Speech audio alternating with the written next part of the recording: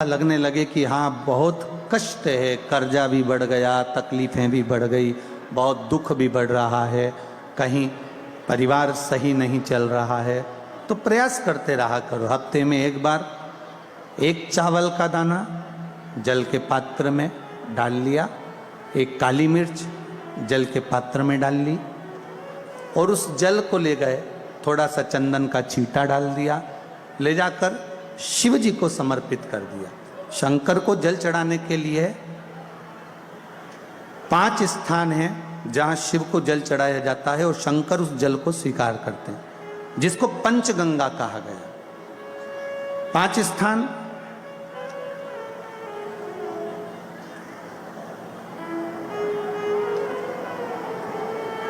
अच्छे से समझ लीजिएगा, जब भी शिव मंदिर में जाएं तो ये 5 स्थान शिव को जल चढ़ाने के लिए जे रखा है। शिवलिंग,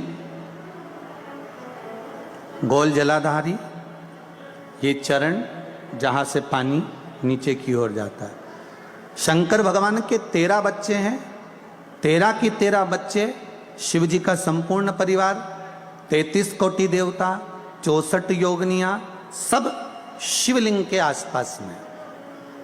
आप शंकर जी के मंदिर में जाकर यह कभी ना विचार करना कि पार्वती जी को ढूंढना पड़ेगा या गणेश जी को ढूंढना पड़ेगा या कार्तिकेय जी को ढूंढना पड़ेगा या भैरव को ढूंढना पड़ेगा। हमें शंकर के मंदिर में जाकर किसी देवता को ढूंढने की जरूरत नहीं है। जहां शंकर भगवान का शिवलिंग रखा हुआ है वो माता जी का हस्तकमल है, माता पार्वती जी का स्थान है। जहां शिवलिंग रखा है वो शंकर भगवान है। जहां जलाधारी है उस जलाधारी के पास में जहां पानी बहता है बीच में अशोक सुंदरी का स्थान है। जहां से पानी बह रहा है उसका राइट भाग वहां गणेश जी का स्थान है, लेफ्ट भाग कार्तिकेय जी का स्थान है। शंकर भगवान के ऊपर जो जल गिर रहा है वो शंकर भगवान की 5 लड़कियां जया, विषहरा, शामली बारी, दौतली, देव, ये शंकर जी की 5 बेटियां ऊपर हैं। जहां से पानी बहकर उस निकासी से, जहां नाली बनी रहती है, पानी जहां से निकलकर बाहर मंदिर के जा रहा है वो 33 कोटि देवताओं का स्थान है। इसलिए सारे मंदिरों की परिक्रमा हो सकती है पर शंकर जी के मंदिर की परिक्रमा नहीं करते, क्योंकि वो जल जो जा रहा है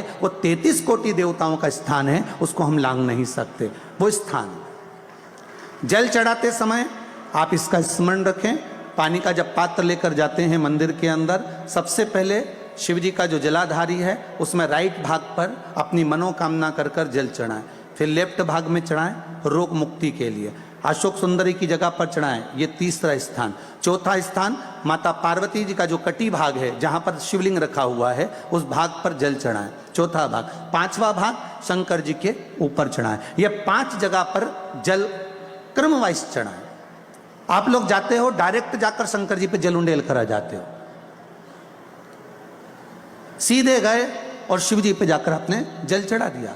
हमारे यहाँ शास्त्र कहता है जैसे अपन देवताओं की पूजन करते हैं तो पंडित जी सबसे पहले पूजन किसकी कराते हैं? जम के बोलो जरा, गणेश जी की। गणेश जी के बाद पूजन कराते कराते कराते कराते कराते कराते आगे के सारे देवता कराते कराते कराते कराते फिर मूल पूजन पर पहुंचते हैं। आप डायरेक्ट मूल पूजन पे पहुंच जाते हो। और सरल भाषा में समझ लो, जितनी सरल भाषा में समझोगे ना उतना अपने जीवन में उतर जाएगा। शिव मंदिर में पहुंचने के बाद पहला गणेश स्थान, कार्तिकेय स्थान, अशोक सुंदरी का स्थान। अशोक सुंदरी के स्थान पर जल क्यों चढ़ाया जाता है?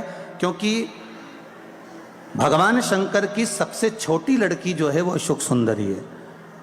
और ये जो छोटी लड़की है अशोक सुंदरी, ये नारी को अखंड सौभाग्यता का वर प्रदान करती है। कौन सी नारी को? किस नारी को अखंड सौभाग्यता देती है?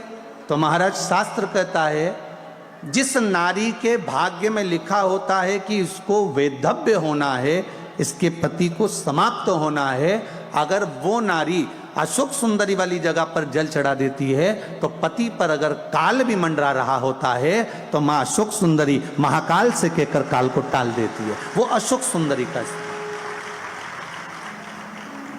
वो माता अशोक सुंदरी का स्थान।